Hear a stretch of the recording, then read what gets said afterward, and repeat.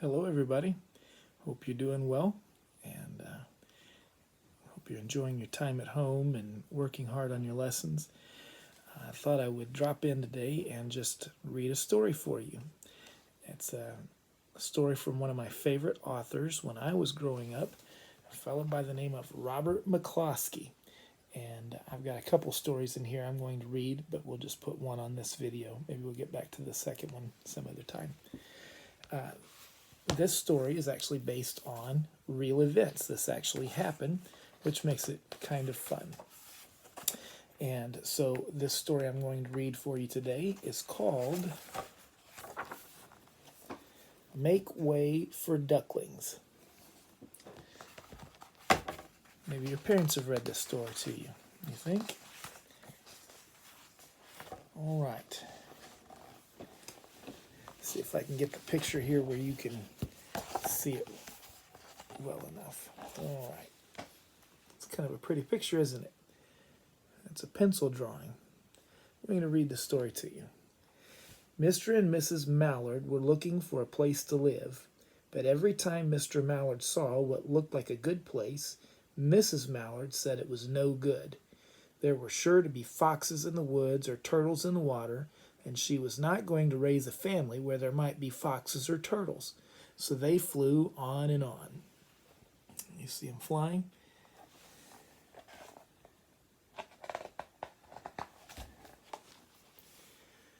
When they got to Boston, they felt too tired to fly any further.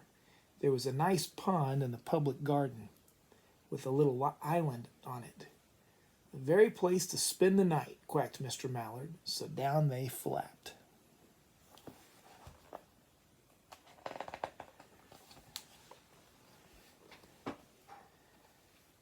The next morning they fished for their breakfast in the mud at the bottom of the pond, but they didn't find much.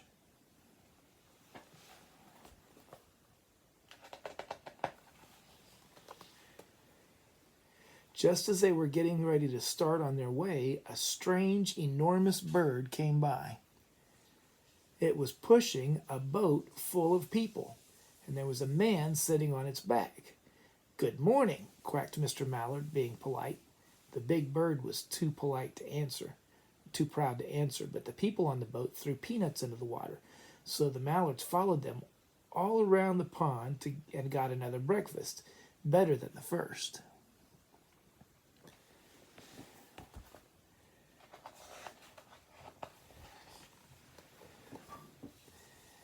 "I like this place," said Mrs. Mallard as they climbed out on the bank and waddled along. "Why don't we build a nest and raise our ducklings right in this pond? There are no foxes and no turtles, and the people feed us peanuts. What could be better?" "Good," said Mr. Mallard, delighted that at last Mrs. Mallard had found a place that suited her. But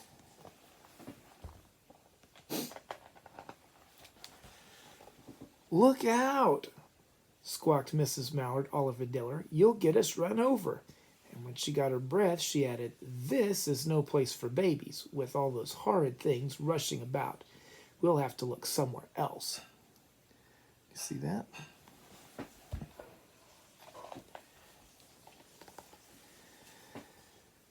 So they flew over Beacon Hill and found the State House, but there was no place there.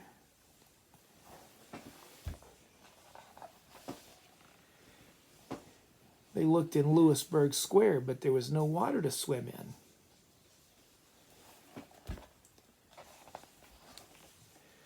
Then they flew over the Charles River. "This is better," quacked Mr. Mallard. "That island looks like a nice quiet place, and it's only a little way from the public garden." "Yes," said Mrs. Mallard, remembering the peanuts. "That looks like just the right place to hatch the ducklings."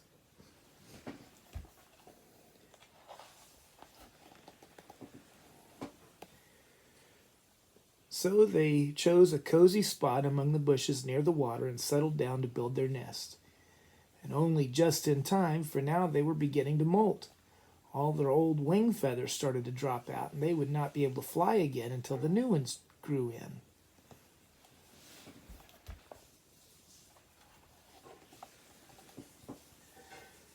But of course they could swim, And one day they swam over to the park on the riverbank, and there they met a policeman called Michael. Michael fed them peanuts, and after that the mallards called on Michael every day.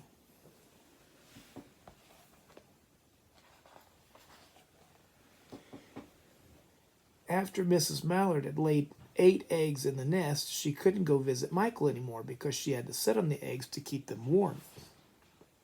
She moved off the nest only to get a drink of water or to have her lunch or to count the eggs and make sure they were all there.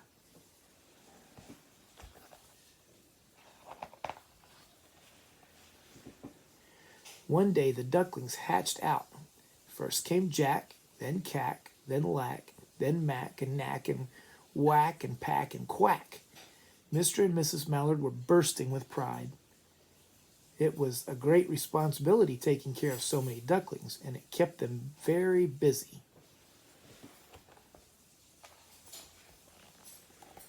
One day, Mr. Mallard decided he'd like to take a trip to see what the rest of the river was like further on.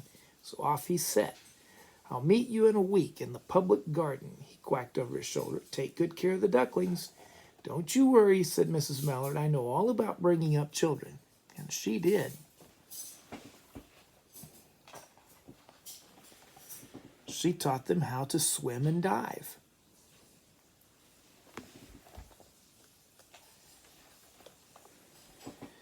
She taught them to walk in a line, to come when they were called, and to keep a safe distance from bikes and scooters and other things with wheels.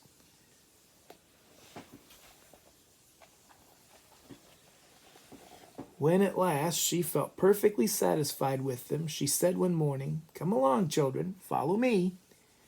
Before you could wink an eyelash, Jack, Cack, Lack, Mack, Knack, Whack, Pack, and Quack all fell into line, just as they'd been taught. Mrs. Mallard led the way into the water, and they swam behind her to the opposite bank.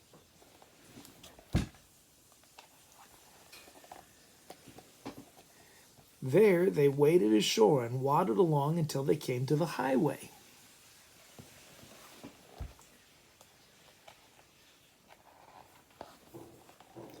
Now you can tell this happened a long time ago because look how different their cars looked.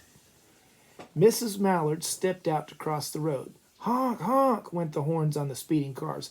Quack, went Mrs. Mallard as she tumbled back again. Quack, quack, quack, went Jack, Cack, Lack, Mack, Knack, Whack, Pack, and Quack, just as loud as their little quackers could quack. The cars kept speeding by and honking, and Mrs. Mallard and the ducklings kept right on quack, quack, quacking.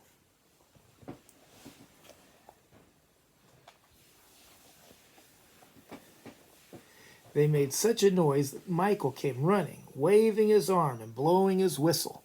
Here's Michael, the police officer.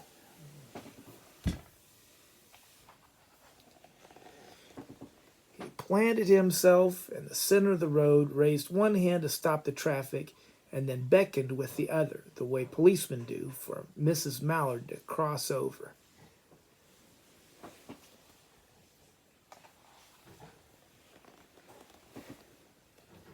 As soon as Mrs. Mallard and the ducklings were safe on the other side and on their way down Mount Vernon Street, Michael rushed back to his police booth.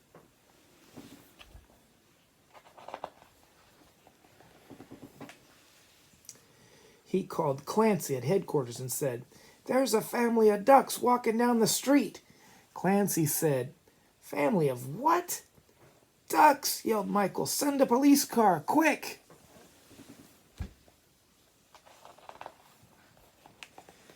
Meanwhile, Mrs. Mallard had reached the corner bookshop and turned into Charles Street with Jack, Cack, Lack, Mack, Knack, Whack, Pack, and Quack all marching in line behind her.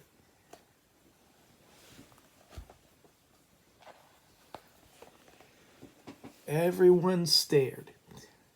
An old lady from Beacon Hill said, "Isn't it amazing?" The man who swept the street said, "Well, now, ain't that nice?" And when Mrs. Mallard heard them, she was so proud she tipped her nose in the air and walked along with an extra swing in her waddle.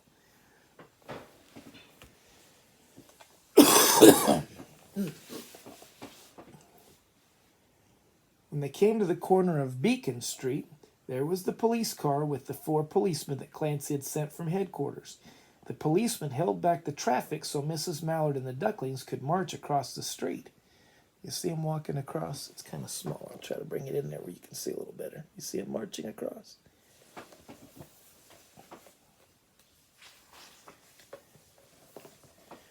Right into the public garden.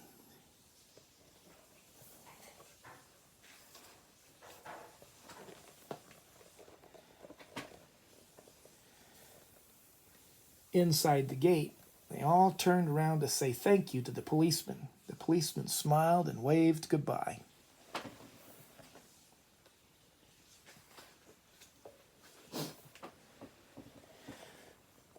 When they reached the pond and swam across to the little island, there was Mr. Mallard waiting for them, just as he had promised.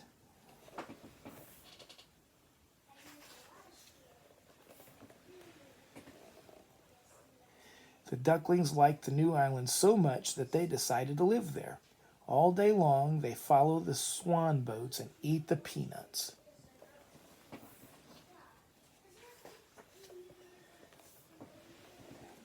And when night falls, they swim on their little island and go to sleep.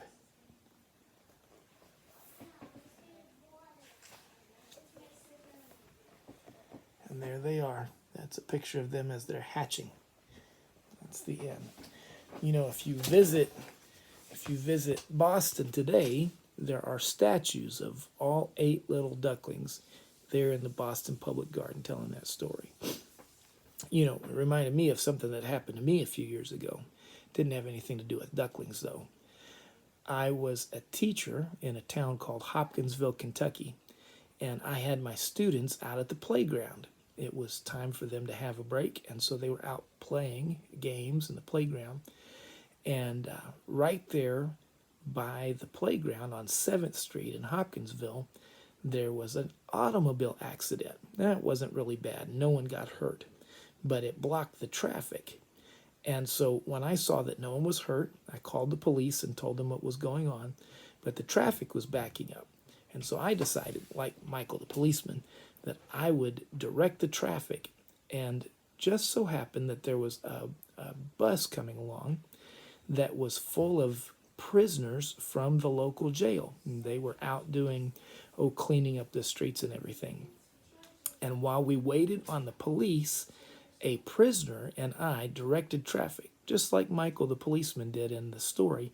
I stood on one side and I would wave the cars to come through, and then I would stop them. And when I stopped them on my side, the prisoner would wave them to come through on the other side.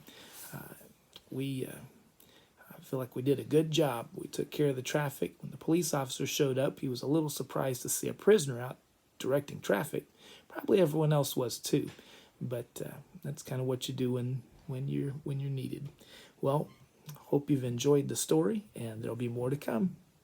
Be blessed. I'm praying for all of you.